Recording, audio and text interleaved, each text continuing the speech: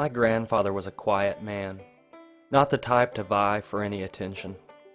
I remember him mainly sitting in an old leather chair watching races on the TV. I remember the way he laughed. It was a real hearty, deep laugh that seemed to come from somewhere deep inside him. I remember how much he meant to all of us. It was like he held our family together in some mysterious, unspoken way, like concrete in a brick wall. I remember when he got sick. I never knew how serious it was until it seemed too late. I had been away at school, and suddenly I really wanted to take the time to get to know my grandpa better. Next thing I knew, he was gone. The old leather chair he had always sat in was empty. You never know how important someone is in your life until they're gone. I remember trying to make deals with God while my grandfather was in the hospital. If he could live just a little longer, I would spend more time with him.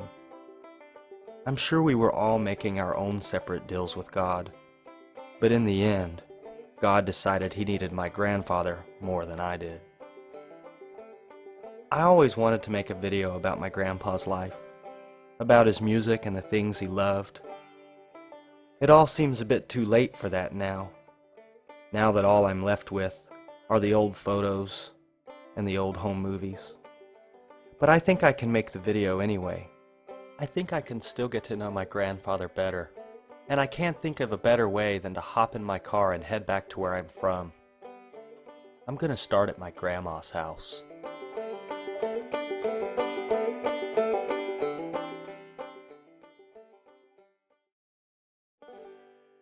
Grandpa and Grandma's house was always so full of stuff. It housed years of keepsakes. As a kid, I remember rooms full of things to play with, and a closet that the minute you opened the door, toys would flood out like a dam had broken. If I was to find out more about my grandpa, this was the best place to start looking. I sat down with Grandma and started looking through some old photographs. I was amazed at how similar everyone in our family looks. There were some photos of my dad that looked just like my baby photos. And there were photos of Grandpa that looked like old photos of my dad. I never realized how much we all looked alike. As I sat looking through photos of Grandpa, I began wondering how life had been for him when he was younger. I started wondering what sorts of things he loved to do. I noticed that almost all the photos of my grandpa were either of him standing with his family or beside cars. And there were several photos of him with guitars. I always knew he loved playing music and working on cars, but I never knew it was that important to him in his life. Every Sunday my family gathers together at Grandma's house. This Sunday I decided to bring my camera along so I could interview a few family members. I wanted to find out about some of their memories of Grandpa. My first memories was when I was 6 years old. We moved from Ohio to this house. I remember when we used to go to Brevard camping. Dad was proud because he was in the CC camp and had built a lot of the hiking trails and a lot of the parks and stuff in that area. So he was proud of that area, and I always enjoyed that because he always worked hard. He never had a lot of time for us kids, but there it was devoted to his family, and we really enjoyed being there with him and going on hikes with him up to the top of Looking Glass Mountain and sliding down the sliding rock and that type of thing. I remember Dad always cooked breakfast. He'd always cook ham and eggs, and he'd have his Coleman grill out there, and we'd get up every morning and eat breakfast and then go hiking, and it was good family times. Must have been 13 of us in all, and so I'm the oldest boy living, so we go hunting together, and we'd live close to the river, and we'd go swimming as soon as it got warm enough, and I would make one of my brothers, besides Melvin, I'd throw one of them in the river, and and if they stayed in, well, I'd go in. We'd play with chickens and everything. We was out on the farm, you know, and one time Melvin was throwing watermelon rind at me and hitting the dad. hit the wrong target. When we lived in Ohio, I was probably in the 3rd grade, and we had just moved there, and there was houses in front of our house on the main street that all looked the same, and there was side streets that came back into the street we lived on, and we would stand at the window when it was time for my dad to come home, and we'd see him go by the road, and then he would turn around somewhere and come back and come into our house, and we always kidded him about not knowing where he lived. I guess what I remember most vividly about him would just be like how he was so into church and singing, and really the most that I remember about him is singing, because he loved to sing. I remember one time when I got stuck up in a tree house and my dad climbed up there and carried me down. That was pretty awesome. It was like he saved my life. One of the things I remember most about my grandpa was how he seemed to never lose his temper. He was almost always calm about everything. He was probably the best dad that I've ever met. I can't remember my grandpa ever spanking me or losing his temper with me. Me and one of my friends named Sierra one time stayed in the camper, and she told me that we would make it in the Guinness Book of World Records. Then they found us like an hour later or something, and my mom was really mad, but my grandpa was just kind of like, hey. And he was just kind of like, I found him, and everybody was like, oh my God, and they were just freaking out. He was just like, hey, found him. He was like really laid back like that. Well, there was a program on Saturday mornings, and part of it was a frog that would come on, and they would say, plunk your magic twanger froggy, and he would come on in the upper right-hand corner of the TV. Well, Terry was waiting on it one Saturday. And I had a piece of Brandon's BB gun, and when he jumped up, I shot it. I thought it didn't have any BBs in it, and it hit the screen and shattered that screen into a million pieces. And my dad was always pretty even-tempered. He never lost his temper, and I can't remember him really saying much about it. I just put the gun down and went out the back door and went down in the woods. One thing was talking about the getting a spanking, and nobody had gotten a spanking, but I did. I got a spanking from Grandpa one time. They used to do the flea market in Anderson. I always wanted to take back an animal home with me, and Grandma would always say no. One day I ran across a puppy that was just a stray, and she said, no, absolutely not. Well, I pitched a fit. I had to have been maybe probably about 7 years old, and I was like, Grandma, you bastard. And I didn't know what that meant. I just knew it was a bad word. And she said, Melvin, give her a whipping. My dad told me that after Terry shot their TV, Grandpa didn't say a word. He just picked up the remains of the TV set, walked to the back of the house, and dumped the busted TV on the ground. That story has always amazed me, that Grandpa could control his temper so well. If one of my kids shot my new TV, I don't know what I would do, but I certainly don't think I'd stay quiet about it.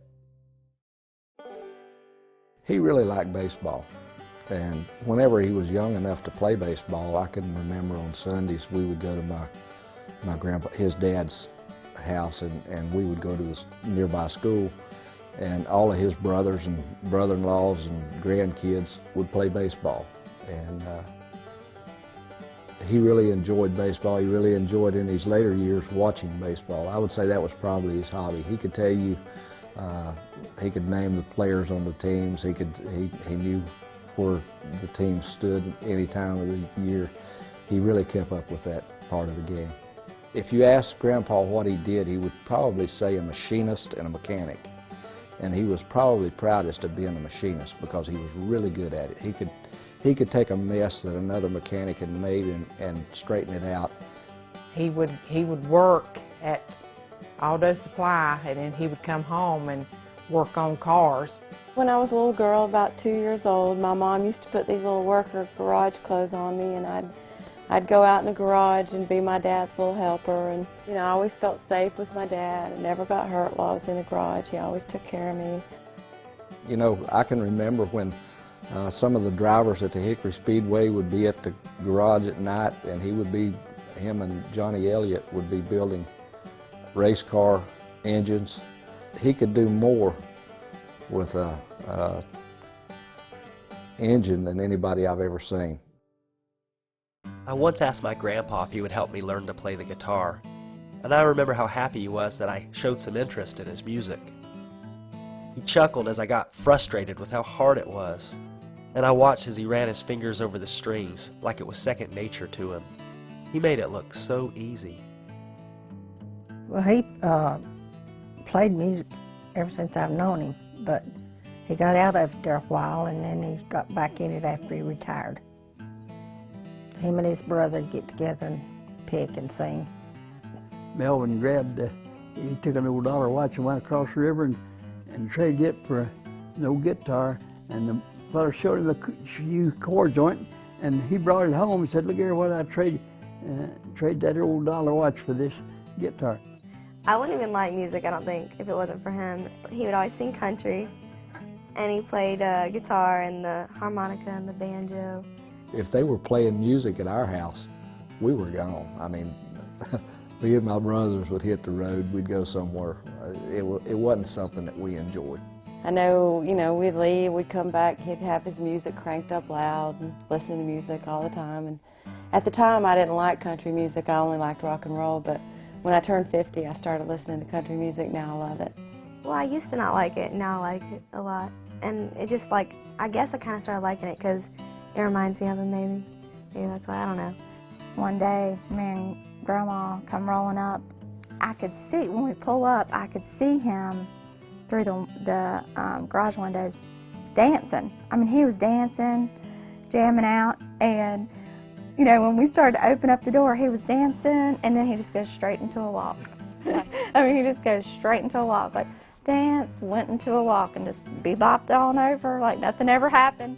And I just remember thinking, like, wow, Grandpa, you know, he dances, and he loves music, and he had a much lighter, and had a very light side to him, as well as, you know, the very quiet side. But A lot of times he'd write a song and we'd record it. And out there he had a place in a trailer, and when he'd want me to play with him, and I'd go out and pick with him, and we'd sing together. And if he hadn't passed on, well, we'd probably had a few records out by now. When my grandma heard I wanted to make a video about my grandpa's life, she gave me some of the audio tapes Grandpa recorded. I remember listening to them and being so amazed at what a great voice my grandpa had. For so long, this music had been completely unknown to me. And now I had the opportunity to listen to my grandpa, sounding amazingly like Johnny Cash. As I listened to the music with my grandpa's older brother, it was almost like my grandpa was in the room with us. Our 60th anniversary, and I titled it, "She Is Still by My Side." She said, "I will." It brings back so many memories. I said, I mean, hearing his voice. Yeah. She said, "Forever." I said, "Me too." We were so happy we could do no wrong, but soon came the heartache. It didn't take long. We came through depressions, through wars and through pain, through childbirth and sickness, with little complaint. We have no great wealth, we handle that fine, by the help of our Savior and friends down the line. Many times we were happy, many nights how we cried, daylight tomorrow, she's there by my side. Back when we was all growing up, we didn't have much money. And he gave me 50 cents one time to go skating. And that's the last 50 cents he had. I mean, that's all he had. And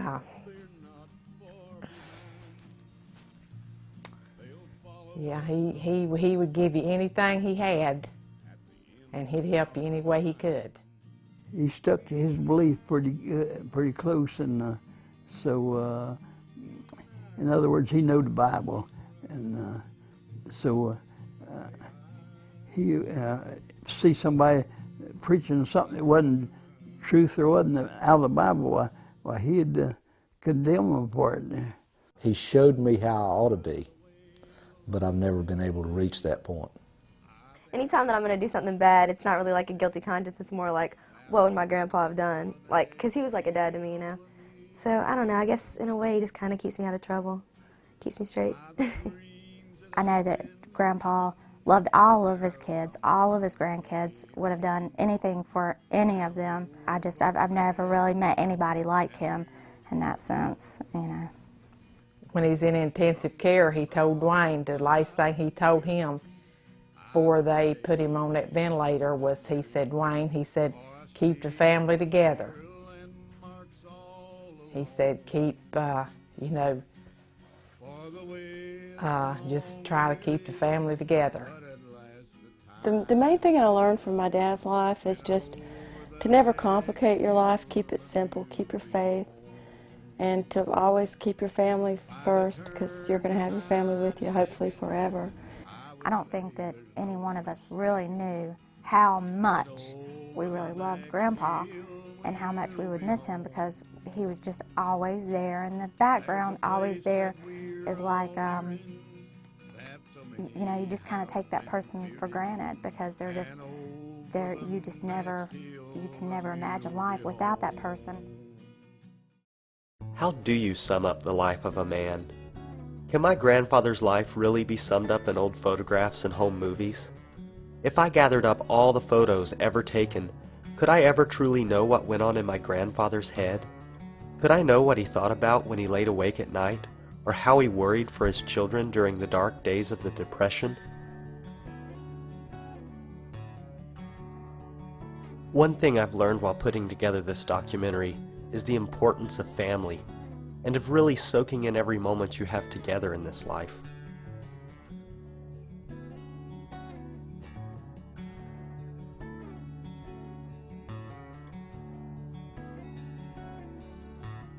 I know that someday we'll all be together again, and I imagine it won't be so different from getting together at Grandma's every Sunday now.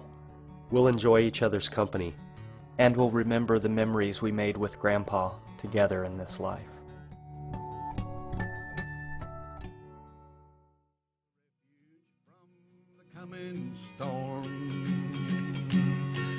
For the way's been long and weary, but at last the time is nearing, that over the next hill and we'll be home.